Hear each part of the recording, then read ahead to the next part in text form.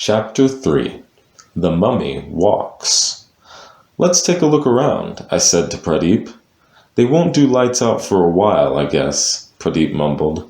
Pradeep has an inbuilt fear of breaking rules, which he finds really hard to override. I find it kinda easy. We slipped through the door. The rest of the kids were still in the sleepover activity room. Pradeep and I headed the other way towards the Egyptian exhibition.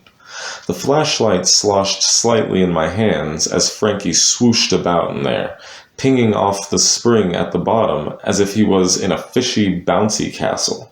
Suddenly, the end of the flashlight started to glow green. "Wow, we've made a zombie goldfish flashlight," Pradeep whispered. "Cool," I replied, but then I remembered something really important. Pradeep, don't Frankie's eyes only glow like that when he senses some kind of trouble?" As soon as the words left my mouth, I saw something move toward the giant doors of the Egyptian exhibition. It was the size of a small cat and had bandages trailing behind it. It skittered around a corner and disappeared. I rubbed my eyes and looked again, but it was gone. Did we just see the Cat of Kings? My voice shook way more than I expected. "Oh, good," Pradeep sighed. "Good?" I whisper-yelled. "How can that be good?"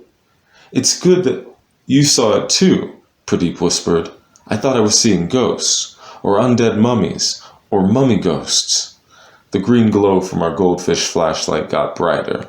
"Well, that's enough exploring for one night," I said, trying to sound cool. "I think I'm ready for some worksheets now. Maybe some coloring in." I trailed off, hoping Pradeep would agree with me. But somehow, Pradeep's fear of breaking rules dial had been turned all the way up to be brave at all costs. "We have to follow it, Tom," he whispered. "This could be huge. What if it's the actual Cat of Kings? We could be the first people in the world to see it." There was no point arguing with Pradeep when he got like this. He was acting for the greater good of young archaeologists everywhere. He grabbed the flashlight and marched toward the huge stone doors that stood on either side of the Egyptian exhibition entrance. One had the face of a cat carved on the front, and the other the face of a dog. "They were really into their pet gods in Egypt," I said, as I stared at the giant animal faces and then down at Frankie. "Do you think there was a god of goldfish?" "Hot-Mehit," Pradeep huffed. "Bless you," I said. "No, the god Hot-Mehit," Pradeep answered. "Bless you again. It must be in the dust in here," I started to say. "I'm not sneezing. That's the god's name. The god of goldfish." Pradeep shook his head. "No way. There's actually a god of goldfish?"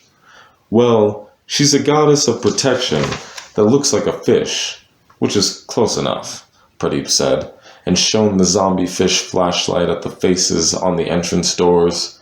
"I think this cat one is called Bastet, and the jackal is Anubis." I stared hard at the jackal. "It looks like a dog," I said. "How do you remember this stuff anyway?" "I don't know," said Pradeep. "Egyptian stuff just stays in my brain. Come on. It must have gone this way."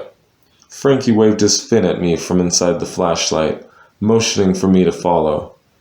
I took one last look over my shoulder towards the sleepover activity room, then patted the cat god on its nose and followed Pradeep inside.